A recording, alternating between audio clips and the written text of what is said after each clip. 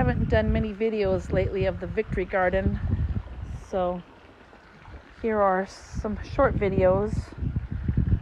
My peaches are going to have some blooms. My California poppies are giving out, but they're still going there a little bit. There's some more beautiful flowers growing here and there. Over there, lots of perennials coming up from last year. Volunteer squashes there coming up. Put a little birdhouse here. I'll put some sunflower seeds in here so my birds can come and eat. Just little decor here and there. Here's my pink Chinese celery. More celeries. The grapes are just going crazy. So are the artichokes, the berries, impatiens. My carrots are coming up there, slowly but surely. And these are going to be cosmos here. This flower is going to be a beautiful flower called the cosmos. I still have lots of red lettuces. I have some radishes growing in here with some beans. Planted some salmon colored geraniums today for this pot. They come out really nice. I have this caged in so the cats and the dogs can't dig up my turnips. This is a volunteer pomegranate tree that came up, and you know how I feel about volunteers. Look, you can even see it has going to bear fruit this year. Actually, I love volunteers. It's nature's underdog, and I will never take out a volunteer, but I have to find a better way to stake it. I just have it tied to this tomato cage here that's holding up this bell pepper. These sunflowers are radiant, and they're just gorgeous. They're beautiful. They're about 10 feet tall. These are also volunteers. They came, I don't know, maybe from the chicken manure, because I give my chickens fresh sunflower seeds every day for their feathers. Tomatoes, I noticed, are starting to come up here and there. They're tied up to the trellis here. Kale still giving. Our volunteer squash once again. The berries that I planted in this basket will start to hang over. See the strawberries in here? They're coming up. This strawberry has a real pretty pink flower. These strawberries that I planted in this basket here are starting to turn red. I hope they're sweet. This strawberry has a pink flower as opposed to the regular white flower that most strawberries have. These are all runners that came from my big strawberry patch on the other side of the garden. So they're going to be little dead parts here and there. I'll probably end up pulling these out if they're dead. I don't want anything dead in here. But it seems like it has some berries in there. It has one there. And I see one over here. So it'll eventually take, well, these are the onions here that I haven't been able to, garlic, I'm sorry. These are garlic. The onions are in the back. These are almost ready for harvest, this garlic. Planted it kind of late this year, so it took a little longer. These are the perennials here that I planted last year. Perennials take a few years to really show that they're gonna mature and come back. So these perennials also, these are African daisies back here. This is some kind of a ground cover that was already here when I moved here. It's a tomato. Looks like it's a Roma by the shape there. Remember we talked about Romas are determinate tomatoes, which means that they're going to give just a certain amount. This is also a Roma over here. So last year my big mistake was I was pruning my Romas, not knowing that they were determinate and not indeterminate. The indeterminate tomatoes are the ones that just keep giving and giving no matter what. So I've learned trial and error. Like I said, this whole gardening thing, I even still learn, and I make mistakes and I kill plants, but it's a learning experience. This tomato here seems like it's struggling. It doesn't look real healthy. The leaves are not looking really good. It's a beefsteak. I bought it at the 99-cent store. Usually all of their stuff is really good from the 99-cent store, believe it or not, but I think I planted it too soon in the season, and it's just not looking too good. But you know what? I'm going to let it bear some fruit, see what happens. If you look at the foliage on this tomato here, and then you come over here and look at this beautiful foliage on this tomato, it just depends, you know. It comes at soil quality, you know, watering. If they get splashed from the ground, they can get diseased. Just a lot of things combined. Oh, lots of kale. I never knew that kale could grow so beautiful. I love it. I'm just going to keep it growing every year. My spinach is about done. This was called Bonnie spinach. I think I bought this at Lowe's. Yeah, it's about done. I just come out here and cut the leaves when I need to make some in my scrambled eggs or add them to my salad. This here, you can see this is like this plant kind of chopped up here.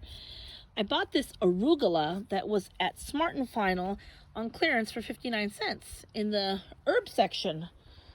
So I don't know what it is, but I bought it and I planted it and see what it grows into. This is arugula here, very mature arugula actually. You can see how it's come to flower. It's so beautiful. Even this broccoli, I let it go too far. It went to flower. You can see the broccoli florets there. This is what it's like when it goes to flower. So it'll be really bitter actually if you eat it now, but if the flowers are beautiful, I just leave the flowers in the garden if they're already flowered. I mean, what's the harm? They bring in pollinators, they bring in hummingbirds, they bring in a lot of beauty. I just let them flower. They're just not doing any harm. This is my garden box here that I'm going to eventually fill up with some good soils. I'm not sure what I'm going to plant in this one or this one. These are still empty. The ducks, God rest their souls, worked this ground pretty good where I didn't have to really lay any cardboard down here. My kiddie pool here that my ducks used to use, I'm going to use this to plant some strawberries. So I saw it on one of my homesteaders that I follow on YouTube that she planted strawberries in a kiddie pool, and it turned out pretty good. She said she was successful with it. This old table here was given to me by a neighbor. I brought it in. I might spray paint it up, and I'm going to get some better looking chairs for it, and I'm going to have it out here in the garden. Sit out here, and I've just kind of recycled some things around my house that I need to wash up, and maybe I'll put a nice plant in there. Just more garlic and more onions back here. Those are red onions down there. You can see them. They're turning red. Those are weeds back there. I got to get back here and weed. This is one part of the garden I've really neglected back here. And this is some brassica still growing back here. These are volunteers. I did not plant these cabbages, but it looks like they're cabbage. You know, it gets kind of hard for me to get up on these planters here. Unfortunately, my fibromyalgia seems to be getting worse these days. It doesn't seem to be getting any better. So it's easier for me to garden down here closer to the ground. And I just use a little bench that I sit on when I garden. Getting up there is a little bit harder this year than it was last year. I have a lot of lower extremity pains, but I refuse to give up. I'm going to keep going until, even if I'm in a wheelchair one day, I will garden. Here's an indeterminate tomato. We talked about determinate and indeterminate. I think this is a better boy. I'm not sure what it is. This is a beefsteak. This is growing, and these are some heirlooms that came from Cal Poly. They're just growing up here. They're just keep going. I did plant some evening primrose here. That's coming up here, so it's coming up. It's coming up good. These tomatoes are all giving good. Our passion fruit there is just going off. I hope it's successful. So here is the front of the garden that's on the outside of the street that I took all of the shrubs out of. I did put this box up here that is growing some cucumbers and some perennials, some flowers, some pollinators. I did some geraniums that, you know, geraniums are real pretty when they bloom, but when they die, they're not so pretty. This one looks like it's struggling. It's just a cutting from a neighbor, so it's not like it's something that came from a store. I just get a lot of cuttings from neighbors. And what I'm probably going to end up doing here is I did plant some squashes. Let me get up here. I did plant some squashes back here. Hopefully they give. They look pretty healthy. It's still chilly out here. You can see the weather up here. It's a beautiful sky, but it's chilly. Yeah, I watered them today. They're not flowering yet. I don't see any flowers, but these are just zucchinis. I love to grow zucchinis. This is a lemon balm growing here. These are some watermelons that I put out here. I grew these from seed, starter seed. See how they grow. Some more perennials here that I bought at Lowe's, growing all along here. This is a Thai basil that I bought at Lowe's, and I planted it here in between these two rocks. Hopefully it'll give. Then I did do some seeding today. I did perennials by seed, just zinnias and some other perennial mix that I got at the dollar store. I just kind of mixed them up there, and I put them in the soil to see if they give. This is another flower that I got at Lowe's. I think this was so pretty. I love color. The purple's beautiful. And there's my cat. There's some other pollinators here that I bought. My roses actually are doing decent this year. I actually took care of them. I gave them extra water, and I gave them some rose food. They're actually blooming quite beautiful this year. I neglected them the last year. Last year was a struggle in lots of ways. I didn't take care of the garden as much as I really should have. But this year I'm concentrating more on this victory garden to really have it every year just evolve into something better and better. Eventually I'm going to probably do all white roses all through here, kind of like a cottage style white roses. I want to put a trellis back in here also, a real beautiful trellis, maybe with a morning glory growing over. I want a lot of flowers, a lot of pollinators, and I want perennials so they'll come back every year. So it'll bring beauty not only to the garden but to the neighborhood. Maybe a conversation piece. People walk by and say, oh, that corner house. Wow, you know, that front yard is such a beautiful garden. Such a compliment. And then I got this old junky thing somewhere. You know me, I'm a junk collector. I'm going to spray paint it up, use it as a plant stand. I'll put some stuff on it. That about wraps it up, really, I guess, for this spring garden. I mean, other than the fact that one day it's 90 degrees and the next day it's 60 degrees, cloudy and cold. It's good old California for you. And I have to redo some of these trellises here. This one to me is too low. I want to go higher like this on this trellis over. So I'm going to probably take this down and go higher on this trellis. And I have lots of little odds and ends here that I kind of try to add a little decor to the garden. I think that shows a lot of character of the little things that you have. You know, I buy all kinds of little stuff here and there. I have this planter barrel. I don't know what you want to call it. I don't even know where I bought it. And I planted these mums in here. They're giving with some of this really pretty, I don't even know what it's called, but I got these at 99-cent store. That's one of my favorite stores, I'm sorry to say, but I love the 99-cent store. And these are perennials that I had since last year.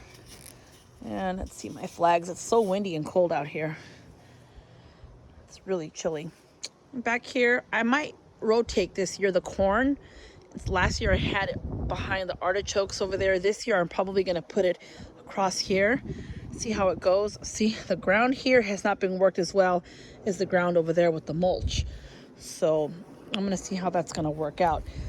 I bought some outdoor lighting that I want to do over these trellises. So at night they're lit up. I don't know. I thought it would look pretty. See how it comes out. The thing is that I looked for solar ones and I really couldn't find any solar ones. I found some that need electricity. There's not many plugs here. My son has all kinds of contraptions here. He's the one that makes this mess out here. But we'll figure it out. One way or the other, I'll figure it out. Maybe I'll look on Amazon to see if I can find some solar panel or solar outdoor lighting. You know, like the little Christmas light style ones. Those are the ones I'm looking for. And that's just about it, really. I did some harvest today. I got some potatoes, not too much. Some lettuces, lots of chicken eggs. Chickens are going crazy. These artichokes, though, I have to start cooking them because they're just giving. They're giving like crazy. There's another pomegranate tree back here. This was not a volunteer, though. This I actually planted back here. And it looks like it has some fruit on it for fall is when it'll start to give. This is our compost pile here. Everything grows out of this compost. We have some onion, some kind of squash, potatoes, giant sunflowers. You can tell these potatoes are almost ready when they start to flower. This really pretty little dainty purple flower means that they're about to give. And I just throw everything in here. You know, old flowers that people give you and they die out, I throw them in here. It'll be interesting to see what comes of this. I mean, it keeps going down and down. It's breaking down, but I mean, even rabbit shavings from the rabbit. Not too much chicken shavings in here because I really utilize the chicken manure in other ways. But see what comes. I might use this for corn. If it goes down anymore, I can add some topsoil. And boy, I bet you that corn will really take off in here. So that about wraps it up, really. Not much more to say. Just that spring has been good. Even though I never really did a winter spring garden before. I've always been a summer garden person. Things are coming along okay. And every year it should get better and better. And I should learn more and more. Like I put on my Instagram today, I put a quote that I heard from Jessica Sowards, which is one of my homesteaders that I follow. She's Roots and Refuge. She's in Central Arkansas. She was saying how we don't know what we're being prepared for in life. We don't know what's ahead of us and what God is preparing us for. But when we're in that waiting room, make something of it, make it a classroom, she said. And I said, yeah, you know what? You're right. This is like a platform. I mean, I knew very little about gardening other than that I liked it. I didn't know much about soil, much about perennials, and anything about, seasonal gardening. I thought everything just grew year round. But it's a learning experience. And I'll have to say that YouTube is a humongous tool you can use. I use it all the time. And I would be lost without it. And I do follow some of the best gardeners that I have come to know. And I'm going to be going all the way to Virginia in October to the Homesteaders of America conference to meet some of them personally and thank them that all the way 3,000 miles away, this little gardener in the backyard of a suburban home in the San Gabriel Valley was inspired by all of their ideas. And here we are. So good gardening to everybody. Everybody have a good night.